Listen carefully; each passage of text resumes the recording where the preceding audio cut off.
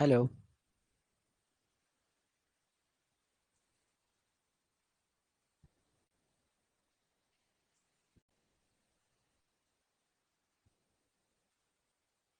Hello.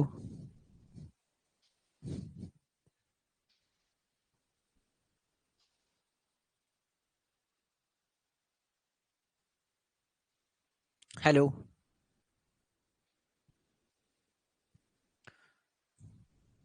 Okay.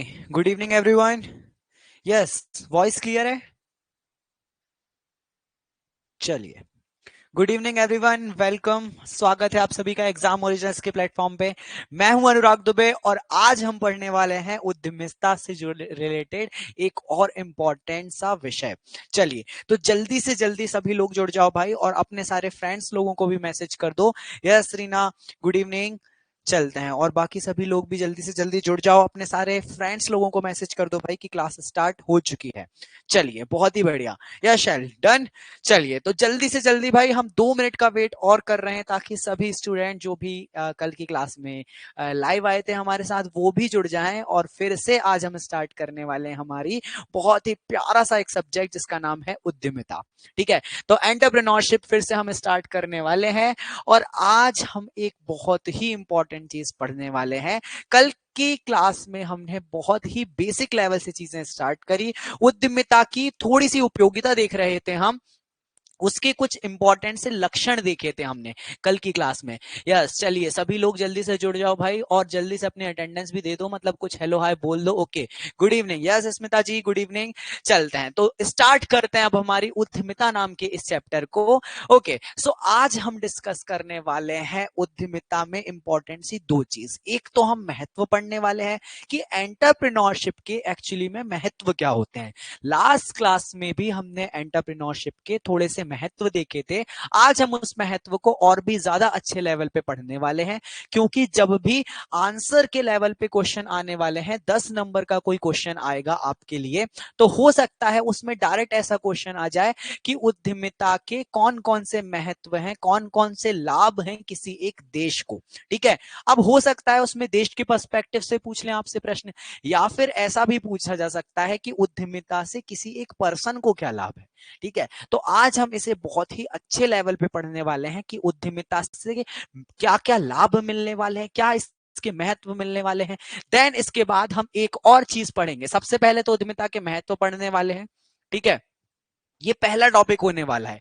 ठीक है, then इसके बाद हम एक और चीज डिस्कस करने वाले हैं और अगला टॉपिक बहुत ही इंटरेस्टिंग होने वाला है और बहुत ही सिंपल होने वाला है। ठीक है, और इसका नाम होने वाला है उद्यमिता के प्रकार। ठीक है, उद्यमिता के प्रकार पढ़ने वाले हैं आज हम। ठीक है, तो ये दो टॉपिक आज की क्लास में हमें कंप्लीट करना है। हाँ, कोशिश रहेगी कंप्लीट करने की, बट जितना भी कंप्लीट हो हम उतना कंप्लीट करेंगे, अदरवाइज नेक्स्ट क्लास अपनी कल भी रहेगी। ठीक है, तो बिल्कुल भी टेंशन लेने वाली बात नहीं है, चीजों को हम भगाने वाले नहीं है। बिल्कुल ऐसा नहीं है कि जल्दी जल्दी चीजों को मैं कंप्लीट करवा दूं। ठीक है, चीज ऐसी रहेगी कि हर एक टॉपिक आपको समझ आए, कुछ भी क्वेश्चन उससे बन जाए तो आप बिल्कुल उसे डील कर सको। ठीक है, चलो तो जल्दी से स्टार्ट करते हैं। आज का सबसे पहला टॉपिक जो होने वाला है वो होने वाला है सिंपल सा इसका महत्व, क्योंकि हमारे सिलेबस में अलग से महत्व दिया हुआ है, इसलिए मैं फोकस बहुत ज्यादा रख रहा हूं इस महत्व के ऊपर।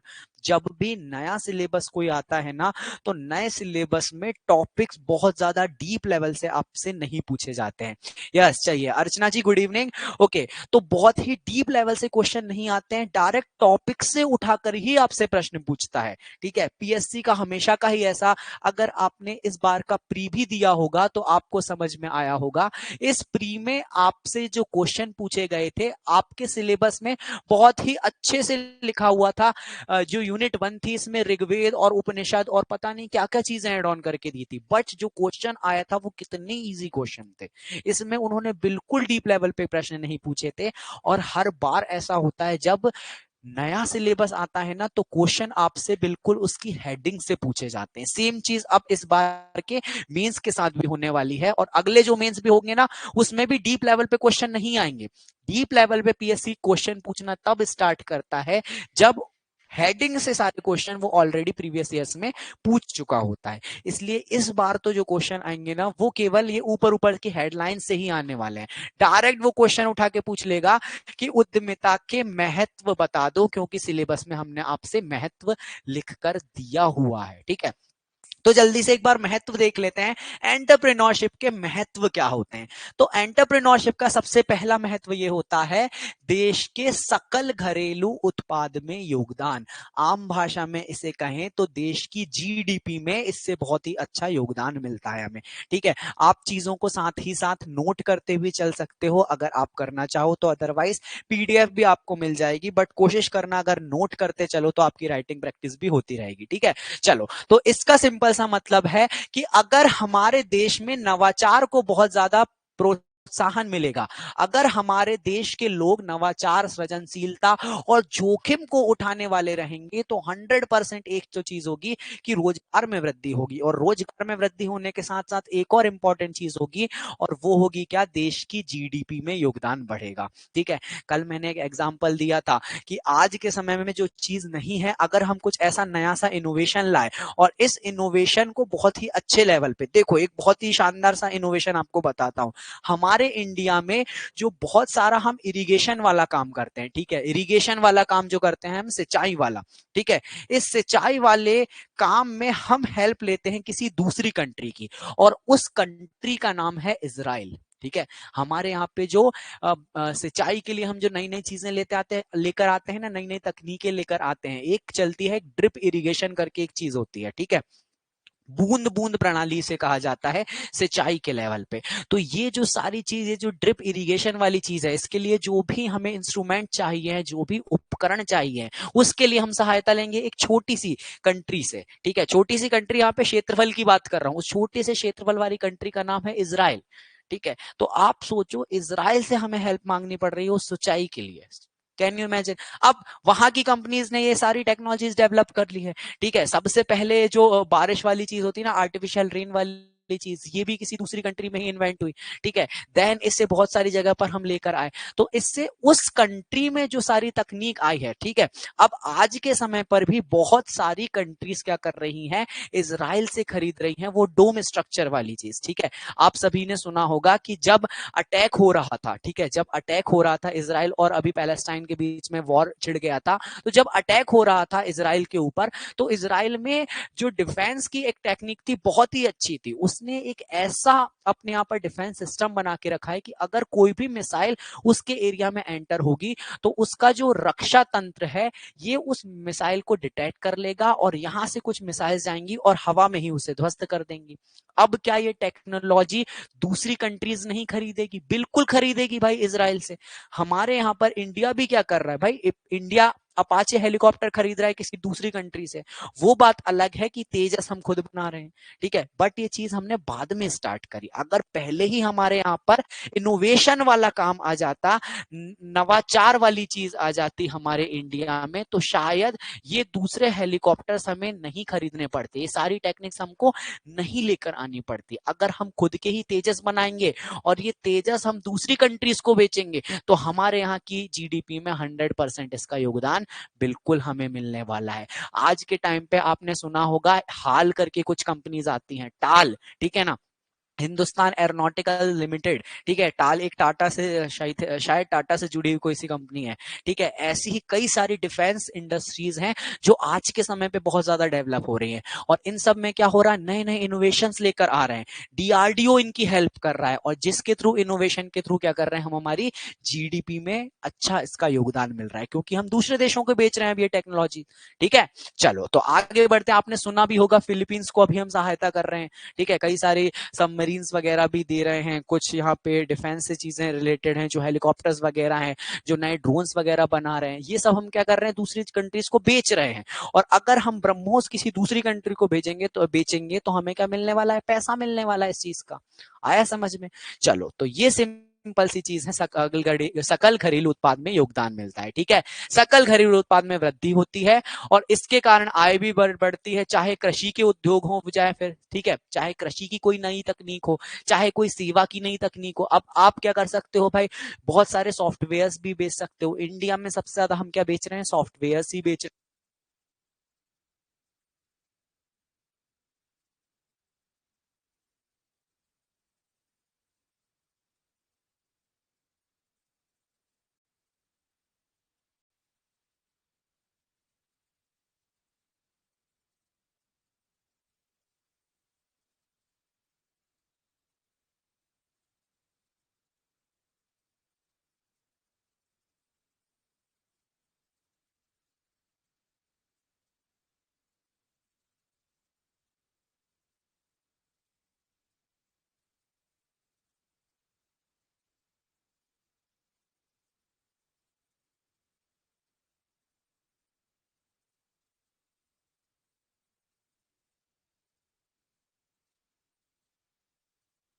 चलो ओके डन।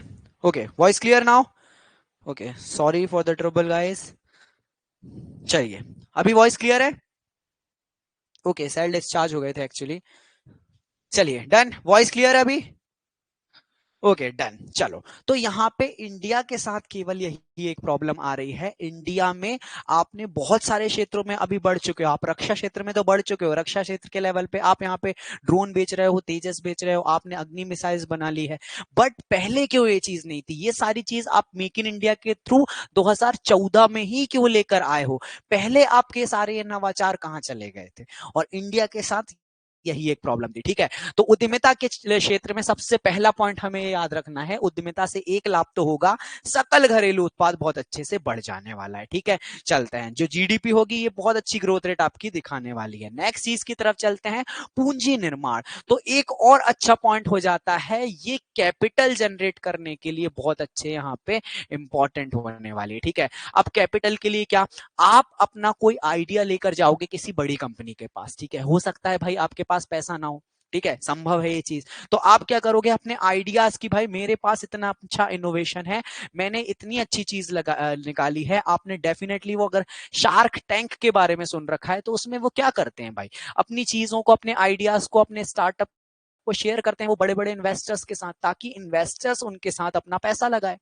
यही तो ऑफर रखते हैं कि आप इतनी पार्टनरशिप लीजिए और मेरे इस बिजनेस को बढ़ाइए। इसका मतलब क्या हुआ कि कैपिटल भी अब धीरे धीरे जनरेट हो सकती है। अब यहां तो शार्क टैंक में आप इंडिया के इन्वेस्टर्स की हेल्प ले रहे हो, आप चाहो तो बाहर के इन्वेस्टर्स की भी यहां पर हेल्प ले सकते हो, और इसे ही हम बोलने वाले हैं क्या, फॉरेन इन्वेस्टमेंट। ठीक है, तो कैपिटल जनरेशन के लिए भी बहुत अच्छी चीज होने वाली है, पूंजी निर्माण के लिए भी बहुत अच्छी चीज होने वाली है, जिसे बोलेंगे हम एंटरप्रेन्योरशिप। ठीक है, तो उद्यमिता का निर्णय निवेश का निर्णय होता है, जो अर्थव्यवस्था की उत्पादक क्षमता में वृद्धि करता है, जिसके परिणाम स्वरूप पूंजी का निर्माण होता है। वास्तव में पूंजी उत्पादन अनुपात सकल घरेलू उत्पाद पूंजी निर्माण में संबंध बताता है। यूं कहें कि पूंजी उत्पाद वृद्धि अनुपात पूंजी निर्माण में प्रतिशत वृद्धि को मापता है, जिसकी आवश्यकता सकल घरेलू उत्पाद में प्रतिशत वृद्धि को ज्ञात करने के लिए होती है। ठीक है, चीजें जो समझा रहा हूं बस उस पर ध्यान देना, इन चीजों पे देखो कुछ टेक्निकल सी चीजें हैं। हाँ, क्योंकि इस पर्टिकुलर सब्जेक्ट की एक बहुत अच्छी सी खासियत है, सब चीज आपको बिल्कुल सिमिलर ही सी दिखेगी। ठीक है, सब चीज सिमिलर दिखेगी, बस आपको एक चीज याद रखना है, एग्जाम्पल्स बहुत शानदार पुट करना है। ठीक है, एग्जाम्पल्स आप अच्छे अच्छे दोगे तो चीजें समझ में आ जाएगी। चलते हैं अब नेक्स्ट चीज की तरफ। अगली एक इंपॉर्टेंट चीज हो गई है रोजगार के अवसर पैदा करना। सभी को पता है इनोवेशन कुछ नया लेकर आएंगे तो बहुत सारे हमारे साथ जुड़ेंगे, हम उन्हें क्या करने वाले हैं, अपनी जगह पर नौकरी देंगे, तो रोजगार के अवसर यहाँ पर पैदा होने वाले हैं। ठीक है, चलते हैं नेक्स्ट चीज की तरफ। थर्ड पॉइंट के बाद ये लिखा हुआ है, अन्य लोगों के लिए भी व्यवसाय अवसर पैदा करना। ठीक है, अब अन्य लोगों के लिए मतलब आपने एक इंडस्ट्री तो लगा ली, अब इंडस्ट्री लगाई है, ठीक है, तो आप यहाँ पे कुछ एक लोगों को तो रख रहे हो अपने यहाँ पर, बट इसके कारण दूसरे लोगों का भी लाभ होने वाला है, क्योंकि आपकी कंपनी को चाहिए रहेगा कुछ रॉ मटेरियल, तो रॉ मटेरियल जहां से लेकर आओगे उनको लाभ मिलेगा। अगर आपकी जगह पर आप कोई काम कर रहे हो तो इससे एसोसिएटेड बहुत सारे लोग भी होने वाले हैं। ठीक है, कि अगर ऐसा होगा कि आगे कुछ ट्रांसपोर्ट के लिए भी आप यूज करने वाले हो चीजों को। क्लियर, चलो, हाँ बिल्कुल सही बात है। करंट अफेयर से रिलेटेड अगर आपने कोई अच्छे से एग्जाम्पल पुट कर दिए हैं तो बहुत ही अच्छा माना जाता है। करंट अफेयर्स अगर आपने अपने आंसर में करंट अफेयर्स को कहीं से भी लेकर आए हो ना, तो ये बहुत ही इफेक्टिव रहता है आपका आंसर। करंट अफेयर्स से जितनी ज्यादा चीज पुट कर सकते हो 100% कर देना। ठीक है, क्योंकि करंट अफेयर्स से रिलेटेड भी टॉपिक्स रहते हैं, वो आपने लिखे हैं तो सामने वाला समझ जाता है कि भाई ये जो बंदा है जागरूक है।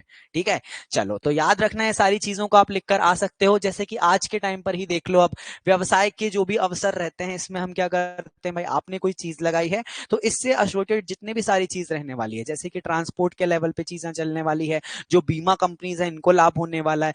आपने कंपनी लगाई है, आपकी कंपनी है कोई मैकेनिकल से रिलेटेड, बड़ी बड़ी मशीन से रिलेटेड, तो इसके अंदर क्या लग रहे हैं, सॉफ्टवेयर लग रहे हैं मशीनों में, तो सॉफ्टवेयर का भी यूज होने वाला है, उनको भी पैसा मिलने वाला है। तो इससे जुड़े हुए सभी लोग यहाँ पे उन्हें क्या मिलने वाला है, अवसर मिलने वाला है जॉब का। जब भी कोई नया व्यवसाय प्रारंभ होता है तो उससे आगत के आपूर्तिकर्ताओं के लिए इसे विपरीत संधि भी कहा जाने वाला है। उन सब के लिए यहाँ पे क्या अवसर पैदा होने वाले, मतलब एक कंपनी से रिलेटेड सारे लोग, उसके आसपास के जो है सबको लाभ मिलने वाला है, उनके लिए भी रोजगार आने वाला है। ठीक है, तो ये भी एक चीज आप यहाँ पे उद्यमिता के महत्व में लिख सकते हो। आर्थिक कुशलता में सुधार होने वाला है। ठीक है, मतलब सिंपल सा ये है, प्रक्रिया में सुधार आ जाएगा, अपव्यय में कमी आएगी, उत्पादन में वृद्धि होगी। ठीक है, क्योंकि दो चीज चलती है, एक तो चलता है इन्वेंशन और एक चलता है इनोवेशन। एक चलता है आविष्कार और एक होता है नवाचार। चीजों को नया तरीके से पेश करना, इस नवाचार, कुछ नई चीज ही लेकर आना, दैट्स आविष्कार। ठीक है, जैसे आविष्कार क्या, इंटरनेट का हुआ आविष्कार, WWW का हुआ क्या, आविष्कार। ठीक है, बट नवाचार क्या, कि पहले सिंचाई हो रही थी स्प्रिंकल विधि से, अब सिंचाई हो रही है ड्रिप विधि से, दैट्स कॉल्ड क्या, दिस इज कॉल्ड नवाचार। पहले हम यूज कर रहे थे 3G का, अब हम यूज कर रहे हैं 4G का, दैट्स कॉल्ड नवाचार।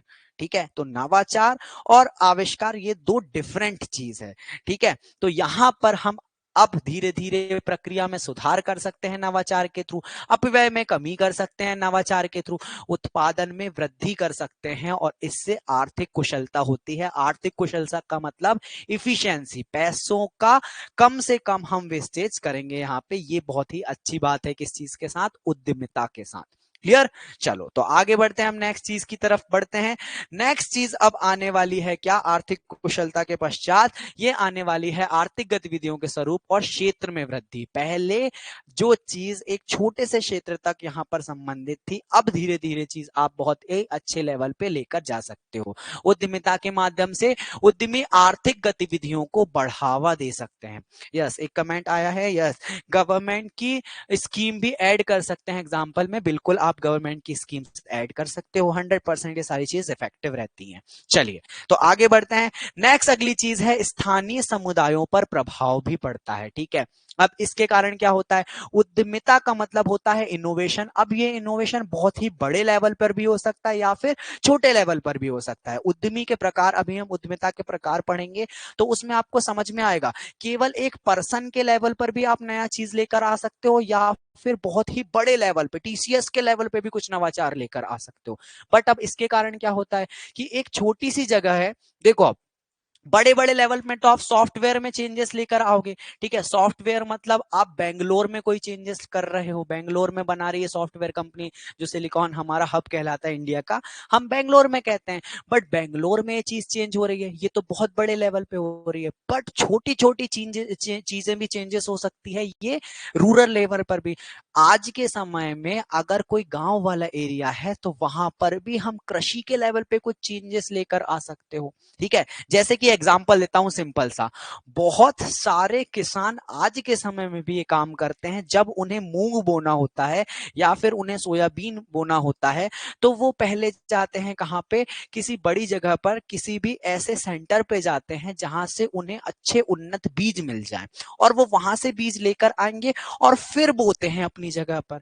हो सकता है पहले जो थ्रेशर यूज कर रहे हो वो डिफरेंट टाइप का हो, अब वो नए टाइप का थ्रेशर यूज करने लगे हैं। ठीक है, जो पुराने टाइम पे जो टेक्निक यूज कर रहे थे उन्हें चेंज करके अब नई नई मशीनरी यूज कर रहे हैं। तो ये सब भी तो नवाचार होने वाला है। पुराने टाइम पे जो वो बहुत एक बड़े एरिया में केवल फसल लगा रहे थे, अब उन्होंने ये चीज चेंज कर दी और उन्होंने बोला कि मैं केवल हाफ एरिया में अब कोई फसल लगाऊंगा और बाकी सारे एरिया में अब मैं बागवानी वाला काम करने वाला हूँ। बागवानी काम वाला काम मतलब अब मैं इन एरिया में क्या करने वाला हूँ, छोटे छोटे एरिया में क्या करूंगा, किसी एरिया में भिंडी लगाऊंगा, किसी एरिया में पत्ता गोभी लगाऊंगा, मेरा मन किया तो किसी एरिया में मैं मैंगो ट्री भी लगाना शुरू कर दूंगा।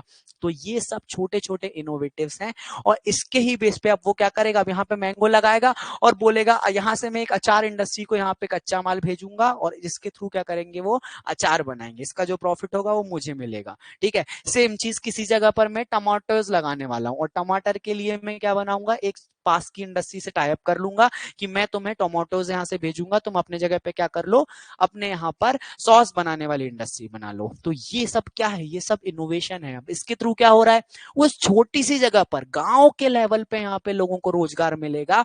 ये जो छोटा सा किसान है, अब ये लोगों से टाई अप करके क्या कर सकता है, ये अपना खुद का बिजनेस स्टार्ट कर सकता है। ये क्या करेगा भाई, टमाटर ज्यादा डायरेक्ट जाकर किसको बेचेगा, बिजनेसमैन को बेचेगा, वो वहां पे सॉस बनाएगा और ये मार्केट में चीजें जाएंगी। अब इससे क्या हो रहा है, छोटे लेवल पर भी लोगों को आय मिल रही है, उनका विकास हो रहा है। और अगर उनका विकास हो रहा है तो इसके कारण क्या होने वाला है, इसके कारण ये आने वाला है, समता का मतलब होने वाला है, समता का मतलब होने वाला है बहुत ज्यादा डिफरेंस नहीं रहेगा आर्थिक लेवल पे आपके बेंगलोर और आपके किसी छोटे से शहर। जस्ट इमेजिन कि एक छोटा सा शहर है किसी भोपाल डिस्ट्रिक्ट का, इन दोनों के बीच में डिफरेंस धीरे धीरे कम होगा, अमीरी और गरीब में अंतर धीरे धीरे कम होगा, जो असमानताएं हैं ये धीरे धीरे कम होती जाएगी। तो ये नवाचार का क्या है, एक उपयोग है। आया समझ में? ठीक है, तो नवाचार इसलिए बहुत ही ज्यादा अच्छी चीज होने वाली है। किस चीज को, किस नजरिए से, असमानता के नजरिए से, असमानता को धीरे धीरे कम करने वाली है। ठीक है, जैसे रिसेंटली एक और एग्जांपल देता हूं, पहले होशंगाबाद के पवार खेड़ा वाली जगह को कोई जानता नहीं था। ठीक है हाँ, पवार खेड़ा करके एक जगह थी, एक छोटा सा गांव वाला एरिया होगा, होशंगाबाद और इटारसी के बीच में पड़ता था पवार खेड़ा नाम की जगह। ठीक है, बट आज के टाइम पे जब हम पढ़ते हैं इस पवार खेड़ा को एमपी की बुक्स में, तो हम इसमें देखते हैं कि यहाँ पे गेहूं से संबंधित अनुसंधान वाली जगह हमने यहाँ पर लगा दी है। ठीक है, और ये गेहूं और दाल से रिलेटेड जो चीज होती है, ये पवार खेड़ा में हम रिसर्च सेंटर बना दिए हैं। ठीक है, अब इससे क्या हो रहा है, बहुत सारे किसान को क्या हो रहा है, यहाँ से चीजें समझ में आ रही है, वो यहाँ से बीज वगैरह लेकर जा रहे हैं, और आज के टाइम पे पवार खेड़ा थोड़ा अच्छी जगह बनती जा रही है। सेम चीज बाबई में भी आपको चीजें देखने को मिलेंगी। ठीक है, बाबई एक अमलाहा नाम की जगह है। ठीक है, ये होशंगाबाद में नहीं, अमलाहा नाम की जगह सीहोर में। ठीक है, तो ये धीरे धीरे चीजें डेवलप होती जा रही है, कृषि के लेवल पे हम चीजों को डेवलप करते जा रहे हैं, इससे असमानताएं कम हो रही है। ठीक है, पहले रेलवे स्लीपर्स वगैरह नहीं बना करते थे हमारे इंडिया में, बट देन बनने लगे, इससे बुदनी नाम की जगह धीरे धीरे उठने लगी। ठीक है, ऑल दो इसे इनोवेशन तो नहीं, बट ये धीरे धीरे तो स्टार्टअप वाली चीज है, और ऐसे ही असमानताएं कम हो सकती है। ठीक है, चलते हैं तो आगे बढ़ते हैं नेक्स्ट चीज की तरफ। अगली एक और चीज होने वाली है, इसका एक और इंपॉर्टेंट सा महत्व है, वो है अन्वेषण वाला, प्रयोग वाला और साहस की भावना वाला। साहस की भावना से सिंपल सा मतलब है भाई जोखिम उठाना। जब आपके शहर में एंटरप्रेन्योरशिप, जब आपके देश में एंटरप्रेन्योरशिप वाली भावनाएं जागेंगी, तभी लोगों के मन में साहस वाली भावना है। ठीक है, साहस जोखिम ये सभी चीज एक साथ चलती है एंटरप्रेन्योरशिप के लेवल पे। देन इसके बाद प्रयोग वाली चीजें भी आती है, अन्वेषण वाली चीज मतलब धीरे धीरे चीजों को समझना, निर्देशित करना, ये हर चीज जुड़ी हुई है किसके साथ, उद्यमिता के साथ। ठीक है, तो ये सारी चीजें अब धीरे धीरे लोगों में आती जाती है। उद्यमी कुछ नया करने की अपनी चाहत, परिवर्तन को एक अवसर के रूप में स्वीकार करता है, अभिनव विचारों पर प्रयोग करता है, अभिनव मतलब नए नए विचारों पर प्रयोग करता है, उसके बाद परीक्षा का साहस दिखाने और माध्यम से निरंतर आर्थिक विकास के लिए उपजाऊ भूमि तैयार करते हैं। अगर आपके किसी देश में उद्यमिता वाले भाव नहीं है, एक उद्यमी वाले भाव नहीं है, तो कभी भी उस देश का आर्थिक विकास नहीं हो सकता है। ठीक है, सिंपल सी चीज है, अगर किसी देश में उद्यमी रहेंगे तो 100% उस देश की जीडीपी बहुत ज्यादा तेज रहेगी। ठीक है, आपने एग्जाम्पल सुना होगा यूएसए का। यूएसए इतना ज्यादा आगे इसलिए ही है क्योंकि वहां पे इनोवेशन वाली चीज ज्यादा है, वहां पे रिसर्च एंड डेवलपमेंट पे ज्यादा खर्चा करते हैं। हमारी अब नेक्स्ट जो बजट आने वाला है ना, ठीक है, अभी बजट देगी सरकार, तो उसमें डेफिनेटली सुनना, आप समझना कि रिसर्च एंड डेवलपमेंट पे कितना पैसा खर्च करने वाले हैं हमारे। मैंने आपको कल भी बताया था, रिसर्च और डेवलपमेंट में ही हम सबसे पीछे हैं, और यही कारण है हम इनोवेशन इंडेक्स में पीछे हैं। आप देखना इनोवेशन इंडेक्स में हमारी रैंक आपको कहां मिलेगी। ठीक है, आप जो इनोवेशन इंडेक्स भी एक आता है, आपने सुना होगा ना, इंडेक्स कई सारे आते हैं, प्री के लेवल पे पढ़े होंगे कि आपको जेंडर इंडेक्स में भी आपको इंडिया की रैंकिंग पीछे मिलती है, हर एक चीज में मिलती है। इस इनोवेशन इंडेक्स में भी हम बहुत पीछे मिलते हैं आपको। ठीक है, क्योंकि इनोवेशन हमारे यहाँ पे पेटेंट वगैरह, जो कॉपीराइट वगैरह, इसमें सब में हम पीछे हैं। ठीक है, हमारी इंडिया यस, और इसलिए ही हमेशा हमारा इंडिया चीजों में पीछे रहा है, ये एंटरप्रेन्योर के लेवल पे, ठीक है। और इसलिए शायद पीएससी ने ऐड किया कि एंटरप्रेन्योर्स, कल को आप एंटरप्रेन्योर भी बन सकते हो अगर आपका प्री नहीं निकलता है तो, इसलिए चीजों को पढ़ते चलो। चलो, तो आपको ये महत्व बिल्कुल ही अच्छे से समझ में आए होंगे। जब भी 7 नंबर का क्वेश्चन आएगा, हर एक पॉइंट को आप यहाँ पे ऐड कर सकते हो। अब चलते हैं एक नए टॉपिक की तरफ, और नेक्स्ट जो टॉपिक हमारा होने वाला है, ये उद्यमिता के प्रकार होने वाला है। डायरेक्ट हमारे सिलेबस में उद्यमिता के प्रकार नहीं लिखे हुए हैं, बट जब तक हम इसके प्रकार को समझ नहीं पाएंगे, आपको ऐसा लगेगा कि भाई जो बड़ी बड़ी कंपनीज हैं, क्या वही उद्यमिता होने वाली है? क्या जो बहुत छोटी कंपनीज है यही उद्यमी होने वाली? क्या जीरो से स्टार्ट करने वाले ही उद्यमी होंगे? इसलिए मैं आपको समझाने वाला हूं उद्यमिता कितने टाइप की हो सकती है, ठीक है। उद्यमिता के डिफरेंट आयाम आप समझ पाओ, इससे बहुत डायमेंशंस में आप कवर कर पाओ, आपको उद्यमिता अच्छे से समझ में आ पाए, इसलिए आज मैं आपको इसके प्रकार बताने वाला हूं, ठीक है। डायरेक्ट ये हमारे सिलेबस में नहीं लिखा हुआ है, बट चीजों को समझने के लिए, और हो भी सकता है अगर हमारे सिलेबस में उद्यमिता लिखा हुआ है तो डेफिनेटली इसके प्रकार भी आपसे पूछे जा सकते हैं, इसलिए आपको प्रकार भी पढ़ना बहुत ही ज्यादा जरूरी है, ठीक है। बिल्कुल इसका क्वेश्चन ऐसा भी आ सकता है कि उद्यमिता के प्रकार बताइए। उद्यमिता तो क्योंकि हमारे सिलेबस में है, ठीक है, इसलिए ही उसके अंदर ये एक और सब हेडिंग बनती है, उद्यमिता के प्रकार। अब सबसे पहले इसके प्रकार को समझ लेते हैं। तो इसे कई सारे टाइप से डिवाइड हम करने वाले हैं, और उसमें सबसे पहला होने वाला है स्वामित्व के आधार पे इसका डिवीजन, ठीक है। तो स्वामित्व के आधार पे उद्यमिता जो होने वाली है, बेसिकली दो टाइप से होने वाली है, और ये होने वाली है कौन कौन सी? एक होने वाली आपकी निजी उद्यमिता, ठीक है, सबसे पहले नंबर पे प्राइवेट, सॉरी दो टाइप से नहीं होगी, कई सारे टाइप से होने वाली है। इसमें सबसे पहले होने वाली है प्राइवेट एंटरप्रेन्योरशिप। अब इन सबके मैं आपको देने वाला हूं एग्जांपल्स, क्योंकि एग्जांपल के तौर पर ही आप इन चीजों को समझेंगे तो आपको हमेशा ये याद रहने वाले हैं, ठीक है। चलो, तो स्वामित्व के आधार पर मतलब किसके अंडर में सारी चीज चलने वाली है, उसके बेस पे सबसे पहले एंटरप्रेन्योरशिप को डिवाइड करने वाले हैं, ठीक है। अब बार बार ये उद्यमिता तो आपको चीजें समझ में नहीं आएगी, तो इस उद्यमिता को समझ लेना अभी के लिए उद्यम, ठीक है। जब आप उद्यम से इसे कनेक्ट करोगे तो आपको चीजें बिल्कुल समझ में आएगी। तो जितनी भी हमारी इंडस्ट्रीज है, सबसे पहले हम अगर हम देखें तो उसे स्वामित्व के बेस पे हम कितने टाइप से डिवाइड कर सकते हैं। सबसे पहले हम समझ सकते हैं उसे क्या, प्राइवेट एंटरप्रेन्योरशिप के आधार पे, मतलब ऐसी सारी कंपनीज जिसे स्टार्ट करने वाला है कोई एक पर्सन, एक पर्सन के ही अंडर में रहने वाली है उसकी कंपनी, तो इसे बोलेंगे हम प्राइवेट एंटरप्रेन्योरशिप, ठीक है। चलो, तो इसका बेस्ट एग्जांपल देखते हैं। ये देखो यहाँ पे लिखा भी हुआ है, जब उद्यम किसी निजी क्षेत्र में संचालित किए जाते हैं तो उसे निजी उद्यमिता कहते हैं। मतलब किसी एक पर्सन के अंडर में ही अगर रहेगी चीज तो उसे हम कहने वाले हैं क्या, निजी क्षेत्र के अंतर्गत। ज्यादातर हमारे इंडिया में 1991 के बाद ये सारी चीज स्टार्ट हुई। 1991 के पहले हमारे यहाँ पे जो चीजें थी, जो स्टार्टअप्स थे, जो कंपनीज थी, उन पर बहुत सारे रेगुलेशन लगा के रखे थे हमने। 1991 के बाद हमारे इंडिया में आई कौन सी पॉलिसी, एलपीजी पॉलिसी, और इसके थ्रू हमारे यहाँ पर कंपनीज बनना स्टार्ट हुई। बहुत सारे स्टार्टअप्स आए जिसमें एक पर्सन ही अपने अंडर में रहकर कंपनी को स्टार्ट कर पा रहा था, और ऐसे कई सारे एग्जाम्पल उस टाइम पे आपको देखने को मिलेंगे हमारे इंडिया में भी। आज के टाइम पर भी आप देखो बहुत सारी कंपनी जिनके मालिक कोई एक ही पर्सन होते हैं, जैसे आपने सुना होगा हमारे यहाँ पर रिलायंस जैसी कंपनीज हैं, ठीक है, जिनके मालिक अंबानी जी हैं, ठीक है। ऐसे अडानी जी भी आज के टाइम पर, उन्होंने जब स्टार्ट किया था किसी एक पर्सन के अंडर में ही उन्होंने स्टार्ट किया था, खुद ने स्टार्ट किया था। तो ऐसी सारी कंपनी जिसको वो डायरेक्ट यहाँ पे रेगुलेट कर सकते हैं, अपने निर्णय के आधार पर चीजें चेंज कर सकते हैं, उसको बोलेंगे हम क्या, निजी या फिर प्राइवेट एंटरप्रेन्योरशिप। आया समझ में?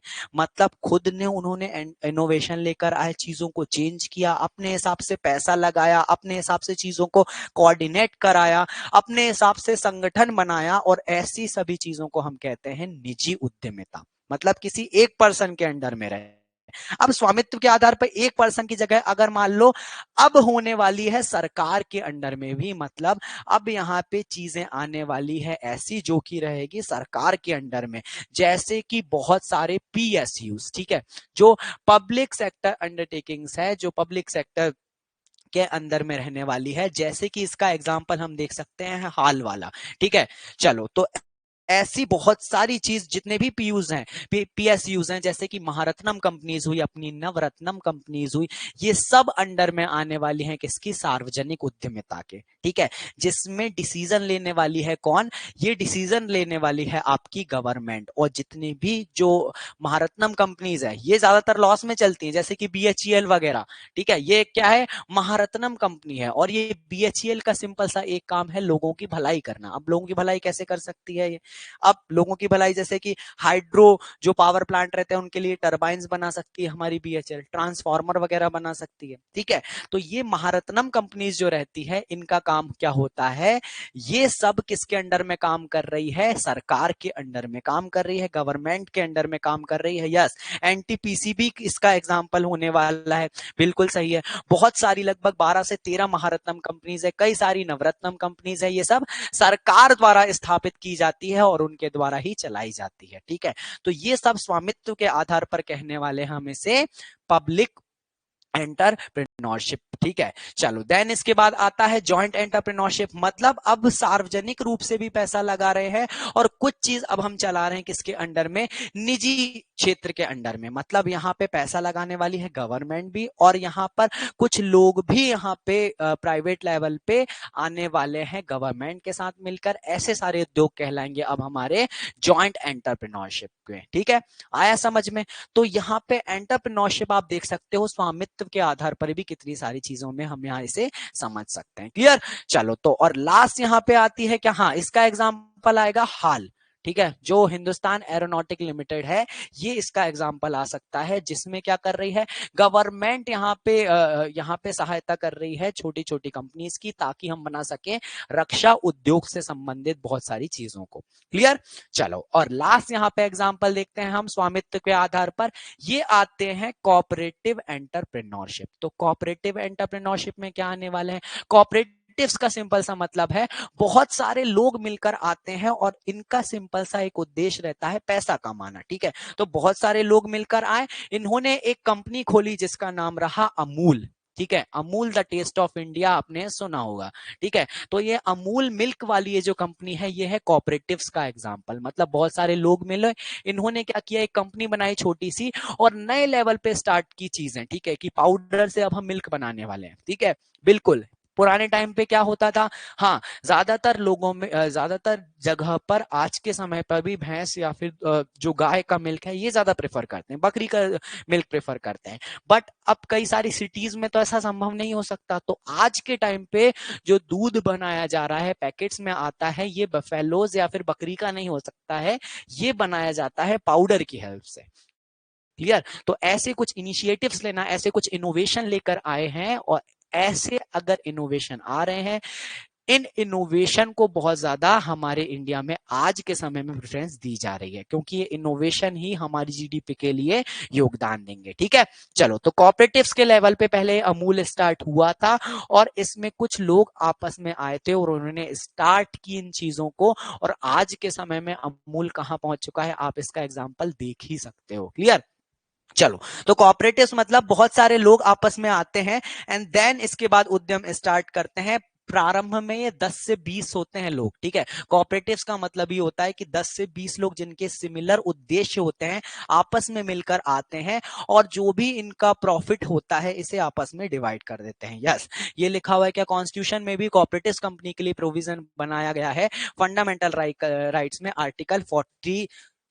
आर्टिकल्स 93 में। ओके ठीक है, 19 में भी है, 43 बी में भी लिखा हुआ है ये। ठीक है, याद रखना 3 जगह चेंजेस किए गए हैं, 43 बी में भी चेंज किया गया है इसको लेकर। ठीक है, हाँ कोऑपरेटिव सोसाइटीज के लिए। ठीक है, चलो ओके तो आगे बढ़ते हैं, अब इसके आगे चलते हैं। हाँ 243 में भी आई थिंक चेंज किया गया है इस कोऑपरेटिव्स के लिए ही।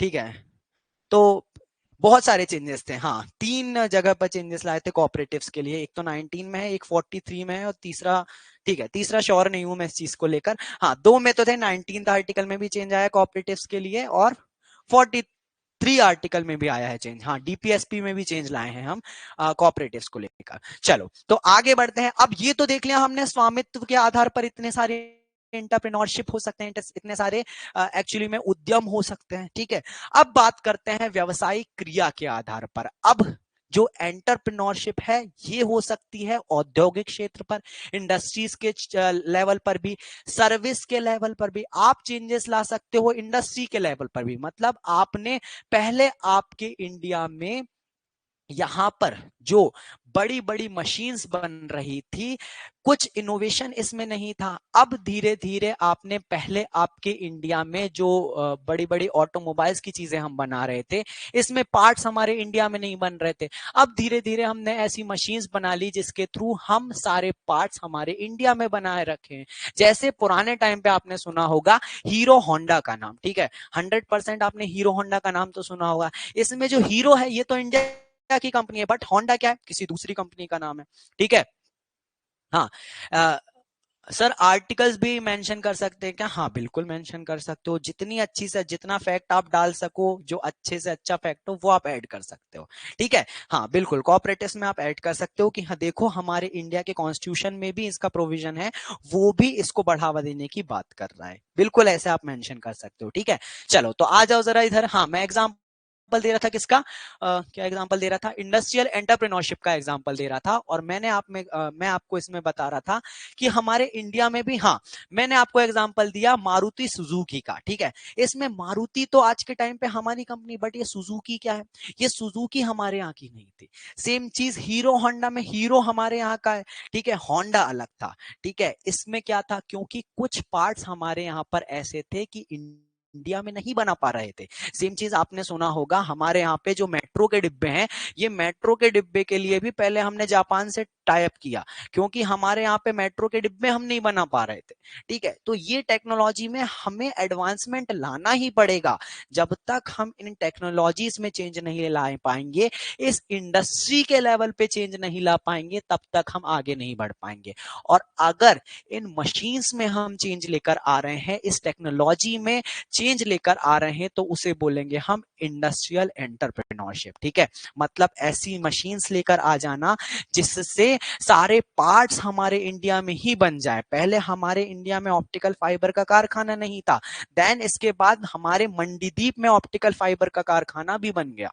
ठीक है, तो ऐसे कुछ इनोवेशन लेकर आना, ऐसे कुछ एंटरप्रेन्योरशिप, ऐसे स्टार्टअप लेकर आना ही हम कहते हैं इसे इंडस्ट्रियल एंटरप्रेन्योरशिप। अब सर्विस के लेवल पे क्या होने वाला है, तो सर्विस के लेवल पे अब हम देखने वाले हैं कुछ ऐसे एग्जाम्पल जो कि रिलेटेड होने वाले हैं बैंक, बीमा, परिवहन या फिर स्वास्थ्य से रिलेटेड। ठीक है, पहले हमारे इंडिया में जो आप देखेंगे कि हमारे यहाँ पे यूपीआई नहीं चलता था, देन इसके बाद किसी ने स्टार्ट किया होगा क्या, यूपीआई लेकर आना। ठीक है, किसी ने चीजें इंटरनेट बैंकिंग वाली स्टार्ट की होगी। ठीक है, पहले पुराने टाइम पे आपको क्या करना पड़ता था, सारी चीजों के लिए बैंक जाना पड़ता था, जैसे आज के टाइम पे एसबीआई के लिए जनरली जाना पड़ता है। ठीक है, बट एसबीआई ने भी इतनी अच्छी सर्विस लेकर आया है कि उसने स्टार्ट किया है क्या, योनो ऐप, मतलब आप घर बैठे ही सारे काम कर लो।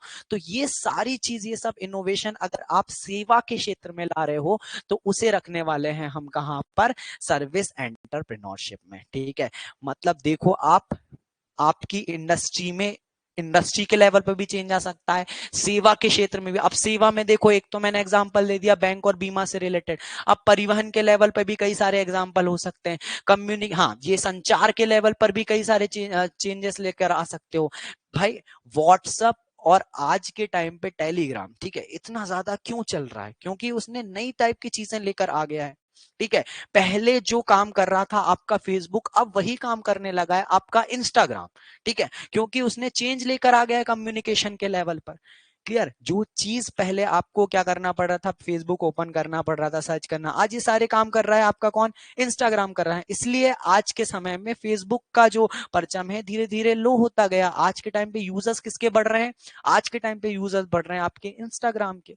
तो ये सारे इनोवेशन के कारण ही है, नए नए थॉट्स उन्होंने अप्लाई करते चले गए, और आज इंस्टाग्राम फेसबुक से ज्यादा बढ़ रहा है, ज्यादा रीच बना पा रहा है। ठीक है, रील्स उतनी ज्यादा आपने पहले बनाना, फेसबुक पे रील्स वगैरह नहीं बन रही थी, बट इंस्टाग्राम ने बना ली। ठीक है, टिकटॉक बैन हो गया तो इंस्टाग्राम ने वही चीज लेकर आ गया। ठीक है, तो ये सारी चीज ही तो है, जो आपके थॉट्स को अप्लाई कर रहे हो तो आपकी चीजें बढ़ रही है। ठीक है, थ्रेड्स लेकर आ गया इंस्टाग्राम। ठीक है, तो ये सारी चीज वगैरह मतलब बहुत ज्यादा अच्छी हो गई हैं और इनके कारण ही अब धीरे धीरे इन इनोवेशन के कारण ही आपकी चीज दूर तक जाएगी और इससे आपको लाभ होगा, आपकी कंट्री को लाभ होगा और इसे ही कह रहे हो आप एंटरप्रेन्योरशिप। ठीक है, चलो तो इधर और एग्जांपल देखते हैं क्या। स्वास्थ्य और मनोरंजन के क्षेत्र में अगर बात की जाए तो वो भी आ जाएगी आपकी सेवा उद्यमिता में।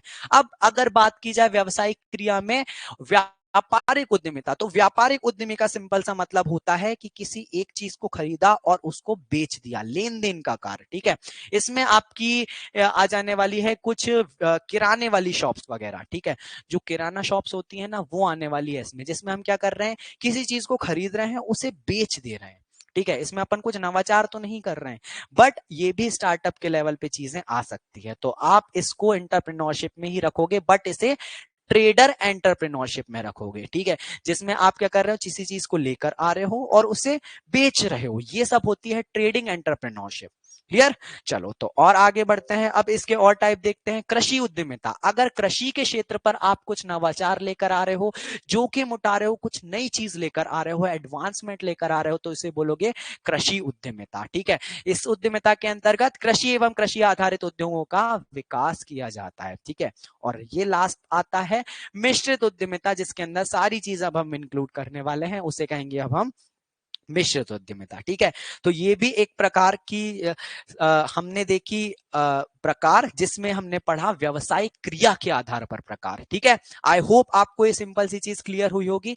अब बढ़ते हैं नेक्स्ट चीज की तरफ, और अगला जो प्रकार होने वाला है ये होगा आप का, चलते हैं किस चीज के किसके आधार पर, विकास के प्रति दृष्टिकोण के आधार पर। तो इसमें आने वाला है दो टाइप से, एक आएगा परंपरागत, मतलब पुराने समय से जो चीजें चली आ रही है उसको ही चलने दो, दिस इज कॉल्ड परंपरागत उद्यम। और इसके आधार पर आधुनिक उद्यमिता का मतलब कुछ नए इनोवेशन लेकर आ रहे हो और फिर अपना स्टार्टअप डाल रहे हो, तो उसे बोलेंगे हम आधुनिक उद्यमिता। इसका एग्जाम्पल देखते हैं सिंपल सा। परंपरागत मतलब पुराने टाइम से जो चीजें चली आ रही है, घिसी पिटी, उनको चलने दो। रेस्टोरेंट खुल रहे हैं, रेस्टोरेंट खुलने दो, अपन भी एक रेस्टोरेंट खोल लेंगे। आपने लेकिन अगर उसमें कुछ इनोवेशन नहीं लेकर आए तो ज्यादा दिन ये चीजें नहीं चलेगी, इसलिए परंपरागत उद्योग अब धीरे धीरे खत्म हो रहे हैं, अगर आपने अपने उद्योग में कुछ चेंजेस नहीं लेकर आए हो। ठीक है, तो इसका ज्यादा प्रॉफिट आपको नहीं मिलने वाला है। परंपरागत मतलब, अगर जस्ट एग्जांपल सिंपल सा सोचते हैं हम, देखो बहुत सारे यूपीआई चलते हैं, अमेजन भी चलता है, फोन पे भी चलता है, भीम यूपीआई भी चलता है, पेटीएम भी चलता है। अब लेकिन पेटीएम क्यों ज्यादा चलने लगा था, ज्यादातर आपने यही एड सुना होगा, पेटीएम पेटीएम करो। क्यों पेटीएम ज्यादा चला, क्योंकि पेटीएम जो कंपनी थी इसने केवल एक चीज पर फोकस नहीं किया, इसने बहुत सारी चीज पर फोकस किया। पेटीएम ने अपने ऐप पर क्या चीजें दिलाई, यहां पर उसने पेटीएम ने प्रोवाइड किया कि आप यहां से डायरेक्ट अपना इलेक्ट्रिसिटी बिल पे कर सकते हो, यहां पर आप डायरेक्ट क्या कर सकते हो, आप डायरेक्ट इसमें एक काम कर लो कि आप यहां से पे कर सकते हो डायरेक्ट इलेक्ट्रिसिटी बिल। इसके अलावा आप रेलवे की टिकट बुक कर सकते हो पेटीएम से। ठीक है, आप मोबाइल रिचार्ज कर सकते हो डायरेक्ट। ठीक है, तो ये इतनी सारी चीजें अच्छी प्रोवाइड की जब उसने, तो ये बहुत अच्छी, मतलब लोगों को सही लगा। इसके साथ पेटीएम में क्या, आप पर्स में रख भी सकते हो, अगर आपका गलती से कई बार इंटरनेट फेलियर हो जाता है, तो इन चीजों को लेकर भी बहुत कुछ सोचा पेटीएम ने। और इसके अलावा उसने नई नई जब पॉइंट्स एड ऑन किए, इसलिए पेटीएम ज्यादा चला। सेम चीज अगर देखा जाए आपके भीम ऐप के साथ, या फिर अमेजन पे के साथ, या फिर व्हाट्सएप पे भी, बीच में अभी व्हाट्सएप ने भी खुद ने स्टार्ट करने वाला था अपनी चीजें, ठीक है, आर्थिक लेवल पे, बट वो नहीं हो पाई सक्सेसफुल। इसके पीछे रीजन यही है कि उन्होंने परंपरागत चीजों को ही लेकर आए। अगर वो कुछ इसमें इनोवेशन दे देंगे, इनोवेशन लेकर आएंगे, जैसे स्टार्टिंग में लोगों ने क्या किया, हाँ स्टार्टिंग में इन सारे ऐप वालों ने क्या किया था, अब सबका काम तो डिजिटल पेमेंट का ही था, बट इन्होंने इनोवेशन ये किया कि हम आपको ज्यादा प्रॉफिट देंगे, नए नए कूपन्स देंगे, नए नए आपको कूपन्स देंगे, तो आप इन कूपनों का यूज करोगे तो आपको प्रॉफिट होगा। यस, बिल्कुल सही बात है। ठीक है, अगर मान लो मैं एक पर्सन हूं भाई और मैं डिजिटल पेमेंट कर रहा हूं, ठीक है, तो मैं बहुत सारे जो पेट्रोल पंप रहेंगे उसमें हमेशा ये ढूंढता हूं कि भारत पेट्रोलियम का है, क्योंकि भारत पेट्रोलियम से जब मैं फोन पे करूंगा तो वो मुझे कुछ एक्स्ट्रा रुपीस का पेट्रोल डाल के देगा। अगर मैं 800 रुपए से पे करूंगा तो हो सकता है वो मुझे क्या 803 रुपए का यहाँ पे पेट्रोल देगा। तो उस 3 रुपए के लिए बिल्कुल मैं ये ट्राई करूंगा कि मुझे जब पेट्रोल डलवाना रहे तो मेरी गाड़ी आकर रुके कहां पर, भारत पेट्रोलियम पेटीएम के सामने, ठीक है। जबकि रिलायंस में भी पेट्रोल डलवा सकते हो, और भी जो डिफरेंट कंपनीज है उसके पेट्रोल पंप से भी आप पेट्रोल डलवाते हो। बट अगर कुछ ये लोग चीज प्रोवाइड कर रहे हैं तो मैं उसकी सर्विस ग्रहण करना चाहूंगा, और यही बेनिफिट मिलता है किसी भी एंटरप्रेन्योरशिप का, और इसके ही थ्रू वो रिलेशन बना के रख सकता है अपने कस्टमर के साथ। आया समझ में? और एंटरप्रेन्योरशिप के लिए एक चीज बहुत ही ज्यादा अच्छी रहती है, क्योंकि एंटरप्रेन्योर जो रहता है वो एक सिंगल पर्सन ही रहता है। ज्यादातर जो एंटरप्रेन्योर रहते हैं बहुत छोटे लेवल से स्टार्ट करते हैं चीजों को, इसलिए वो डायरेक्ट कांटेक्ट में आ सकते हैं अपने किसी ग्राहक से, और अगर डायरेक्ट कांटेक्ट में आएंगे ग्राहक के तो उसको बहुत ही आसानी से मिलेगा फीडबैक, और अगर फीडबैक पे उसने काम किया तो चीजों को सुधार भी सकेगा, और पर्सनल रिलेशन अगर उसके ग्राहक से बने रहे तो हमेशा के लिए वो ग्राहक उसका बंध जाएगा। यही प्रॉफिट होता है एक एंटरप्रेन्योर के साथ, ठीक है। इसलिए जब चीजें जीरो लेवल से स्टार्ट होती हैं ना, तब ही चीज आगे बढ़ पाती है। अगर सडनली बहुत बड़ी कंपनी बना देते हो ना, तो हमेशा उसमें एक प्रॉब्लम होती है कि आप कस्टमर के साथ रिलेशंस नहीं बना पाते हो, ठीक है। जब भी आप बिलिंग करवाने जाते हो भाई, क्यों वो आपका नंबर मांगता है? ताकि वो आपको बाद में मैसेज कर सके कि अभी इतना डिस्काउंट चल रहा है, हमारे यहाँ पर कपड़े खरीदने आओ। वो नंबर आपसे इसलिए मांगता है, ठीक है। चलो, ये क्या लिखा हुआ है? ऑनलाइन शॉपिंग भी प्रोवाइड करवाया था पेटीएम ने, बट सक्सेस नहीं हुआ।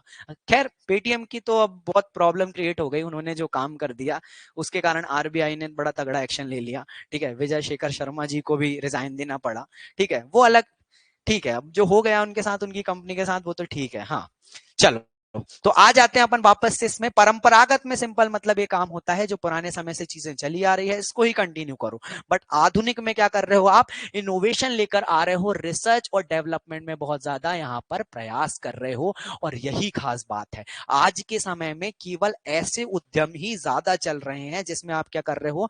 नवाचार कुछ लेकर आ रहे हो। एक बहुत ही अच्छा सा एग्जाम्पल देता हूं आपको परंपरागत और नवाचार का, ठीक है। हंसना मत, बस आपको समझाने के लिए बता रहा हूं ये सारी चीजें, ठीक है। मुझे कोई ऐसा शौक नहीं है कि मतलब आपको एंटरटेन करूं, बट चीजें आपको समझ में आए कि कैसे आधुनिक चल रहा है ज्यादा। देखो, भोपाल में यहीं पे एक चौपाटी है, ठीक है। सभी को पता है भाई, बड़ी वो कौन सी जगह है यार, ठीक है। जो मध्य प्रदेश लोक सेवा का जो आयोग है ना, हाँ, अपने यहाँ पे जो ट्रेनिंग होती है जहां पर, ठीक है, वहां पे एक बड़ी सी चौपाटी बनी हुई है 10 नंबर के पास, ठीक है। उसमें कई सारी शॉप्स लगी हुई है लाइन से, ठीक है। अब पूरे भोपाल में यही जगह क्यों चल रही है? इसका पता रीजन क्या है? क्योंकि वहां पे अब बहुत सारे लोग हैं। अब जनरली आप क्या करते हो? डोसा खाते हो, ठीक है। डोसा खाते हो, बहुत सारे लोग प्रेफर करते हैं डोसा खाना। बट उस जगह पर एक ऐसा प्लेस है जहां पे मिलता है चॉकलेट डोसा, ठीक है। अब ये क्या है भाई? डोसा, चॉकलेट डोसा क्या होता है ये? बट वो जब खाया तो वो बहुत टेस्टी लगा, और डेफिनेटली उसके पास इतनी ज्यादा भीड़ थी, उससे मेरे को समझ में आया कि हाँ भाई, ये तो स्पेशलिटी हो गई है अब इसकी, चॉकलेट डोसा, ठीक है। तो ये ही सब तो इनोवेशन है। पहले के टाइम पे आइसक्रीम के साथ गुलाब जामुन कौन खाया करता था? बट आज के टाइम पे प्रचलन में आ गया है ये, ठीक है। आइसक्रीम के साथ गुलाब जामुन खाना, पता नहीं क्यों, ठीक है।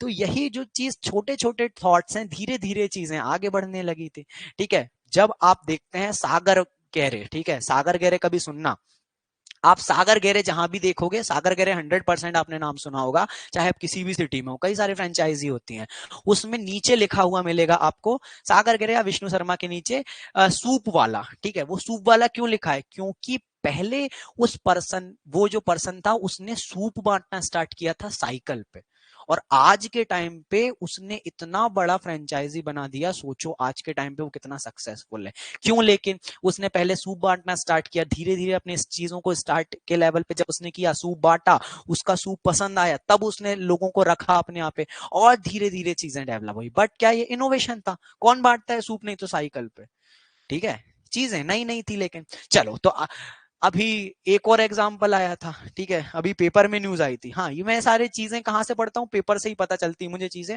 उसमें था, एक जगह है, उस जगह का, प्लेस का तो नाम नहीं पता, उसमें बिजनेस उसने पता क्या स्टार्ट किया? 1 रुपए में वो एक काम करता था, जितनी भी दुकान है उन सभी दुकानों पर जाकर, एक काम था उसका, वो बस नींबू मिर्ची खरीद के देता। देखो, जितनी भी दुकानें होती है सबके बाद नींबू मिर्ची टंगती है, नजर ना लग जाए, सभी को पता है। तो उसने बिजनेस ही स्टार्ट कर दिया। क्या बिजनेस स्टार्ट किया?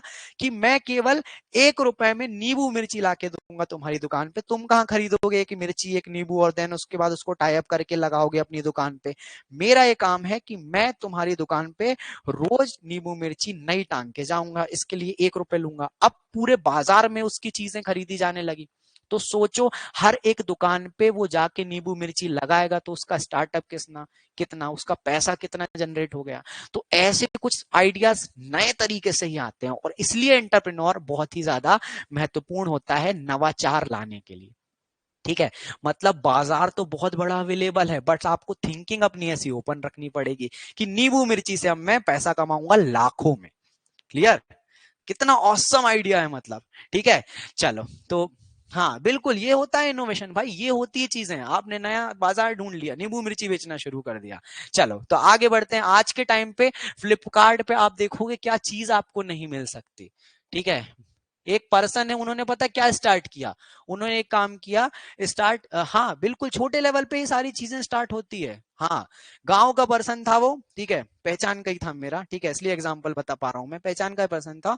उन्होंने क्या स्टार्ट किया, उन्होंने एक काम स्टार्ट किया कि उन्हें लगा कि भाई आज के टाइम पे जितनी भी ये जो कंडे वगैरह अभी बीच में चला था, धूप वगैरह की जो मतलब जो पितृपक्ष आता है, हाँ मतलब जो पंडित होंगे, मतलब यहाँ पे जितने भी जनरल वाले होंगे या जो भी हिंदू धर्म से रिलेटेड होंगे उनको पता होगा पितृपक्ष के बारे में।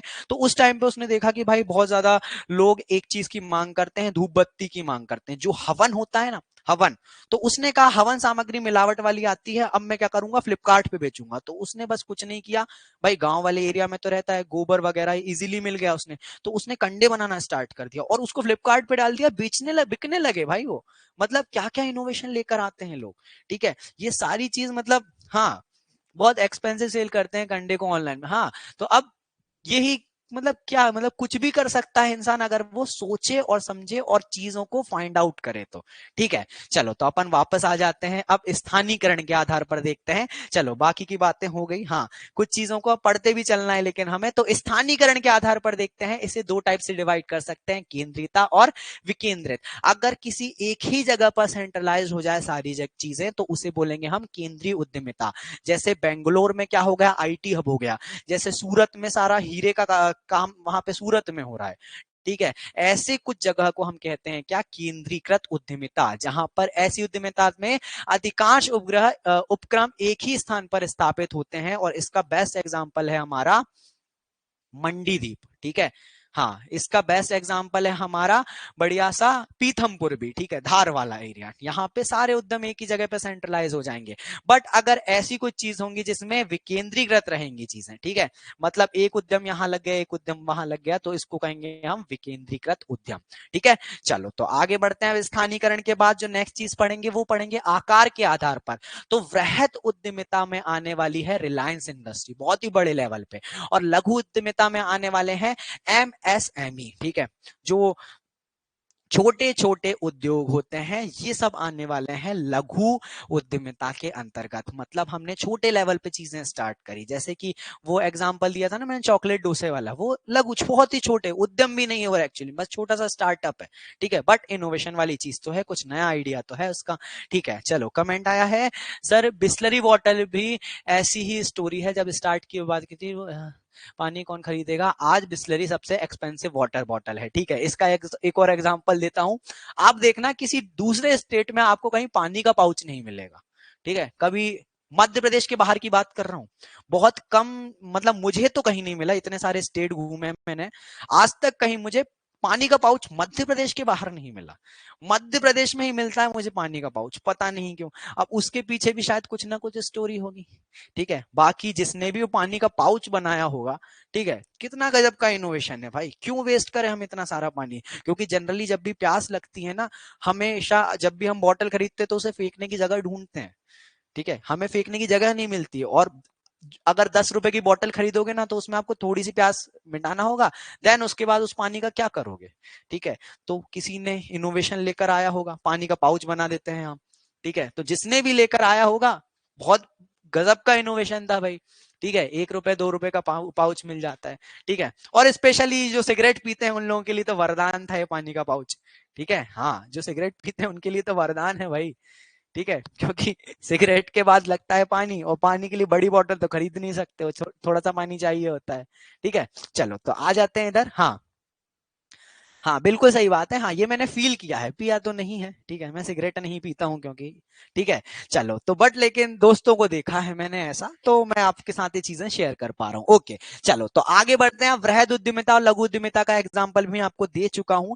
अब आगे बढ़ते हैं। नेक्स्ट अगली चीज आने वाली है उद्यमी कर्मियों की संख्या के आधार पर। अब ये बहुत ज्यादा इंपॉर्टेंट है, क्योंकि इसके बेस पे ही मैं आपको समझ में आएगा कि ऐसा जरूरी नहीं है कि एक ही पर्सन इनोवेशन ला रहा है तो हम उसे बोल रहे हैं उद्यमी। ठीक है, इसके अंदर ग्रुप भी हो सकता है पूरा इंस्टीट्यूशन भी शामिल हो। ठीक है, जैसे कि एग्जाम्पल देखते हैं कि अगर कोई एक ही व्यक्ति निर्माण कर रहा है, संचालन कर रहा है, जोखिम उठा रहा है, तो इसे बोलेंगे हम व्यक्तिगत उद्यमिता। जैसे कि एग्जाम्पल था इसका कौन सा, वो चॉकलेट डोसे वाला, उसने अपनी खुद की दुकान खोली, खुद ही बना रहा है, खुद ही बेच रहा है, किसी और को अपने अंडर में लेकर भी नहीं आ रहा है चॉकलेट डोसा वाला, तो इसे बोल रहे हैं हम क्या, एकांकी उद्यमिता। ठीक है, आया समझ में। अब लेकिन ऐसा होता है कि जब दो या दो से अधिक व्यक्ति मिलकर कोई उपक्रम का निर्माण कर रहे हैं, संचालन कर रहे हैं, तो इसे बोल रहे हैं हम समूह उद्यमिता। मतलब दो लोग भी यहां पर मिलकर आ सकते हैं, कुछ नया स्टार्टअप स्टार्ट कर सकते हैं। क्लियर, आया समझ में। मतलब एक से ज्यादा लोग भी उद्यमी हो सकते हैं भाई, और एक काम कर सकते हैं मिलकर। ठीक है, और कई सारी जगह पर ऐसा ही होता है, बहुत सारे लोग जुड़ते हैं और देन कुछ स्टार्टअप स्टार्ट करते हैं, इसलिए तो पार्टनर्स कहा जाता है इन्हें। ठीक है, चलो तो आगे देखो। इसके बाद उद्यमी कर्मियों की संख्या के आधार पर जीवन साथी सह उद्यमिता। ज्यादातर जो रेस्टोरेंट वगैरह होते हैं ना, वो ऐसे लोग ही स्टार्ट करते हैं। ठीक है, मतलब वाइफ खाना बनाती है, हाँ होता है बिल्कुल भाई। ठीक है, इस ऐसे कई सारे रेस्टोरेंट आपको देखने को मिलेंगे जिसमें पति और पत्नी दोनों मिलकर यहाँ पे चीजें स्टार्ट करते हैं। उसमें जो वाइफ रहेगी वो यहाँ पर जनरली काफी सारी चीजों को बनाती है, बट जो मेल रहते हैं वो सारी चीजों को मैनेज करते हैं। और ऐसे सारे जो रेस्टोरेंट रहते हैं, इनको कहते हैं हम क्या, इसे कहते हैं जीवन साथी सह उद्यमिता। ठीक है, ये केवल रेस्टोरेंट का एग्जाम्पल दिया है मैंने चीजों को समझाने के लिए, बट हो सकता है कंपनी स्टैब्लिश कर दे भाई, बिल्कुल संभव है, बड़ी बड़ी कंपनियां बना सकते हैं ऐसे दंपत्ति। ठीक है, चलो तो ये भी इसका एग्जाम्पल हो गया। और लास्ट होता है क्या, संस्थागत या निगमीय उद्यमिता। मतलब एक पूरा उद्यम है जो चीजों को रेगुलेट कर रहा है, तो उसे हम बोलने वाले हैं क्या, संस्थागत उद्यमिता।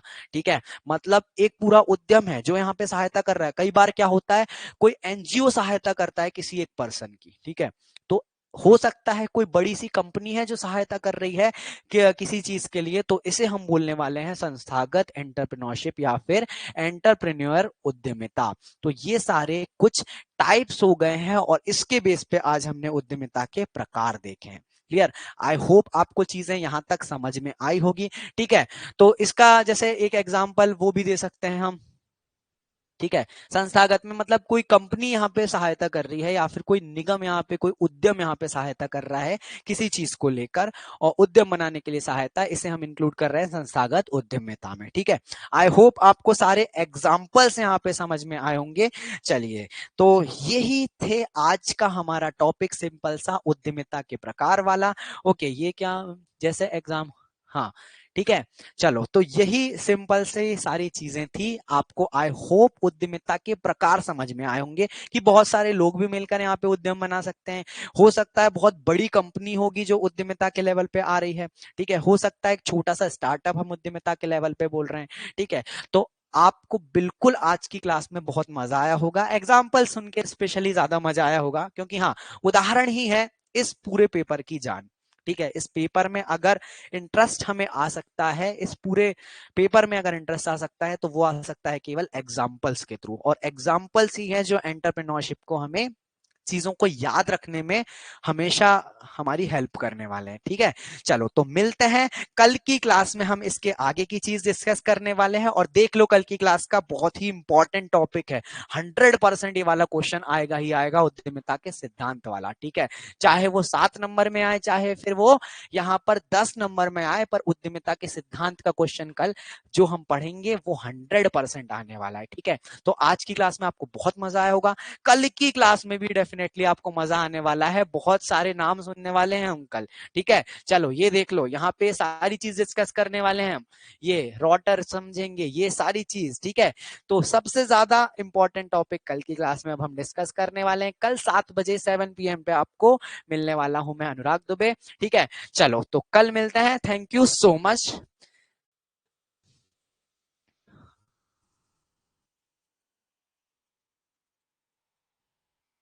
ठीक है, ओके, डेफिनेटली अर्चना, हम अपन क्वेश्चन भी इसके दे दूंगा आप सभी को।